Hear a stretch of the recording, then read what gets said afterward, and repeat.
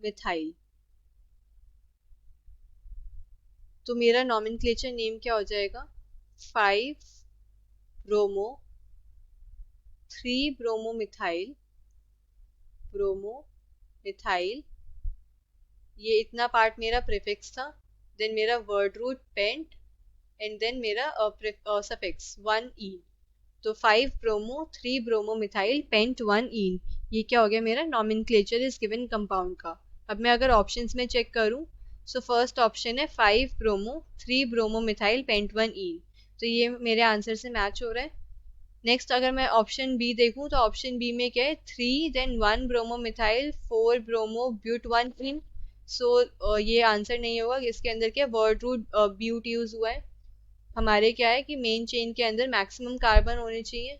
सो ये ऑप्शन भी गलत हो गया। ऑप्शन डी के अंदर भी वर्ड रूट ब्यूट है, यानी 4 कार्बन्स ले रखे हैं मेन चेन में, तो ये भी गलत हो जाएगा, मैक्सिमम कार्बन्स लेते हैं हम।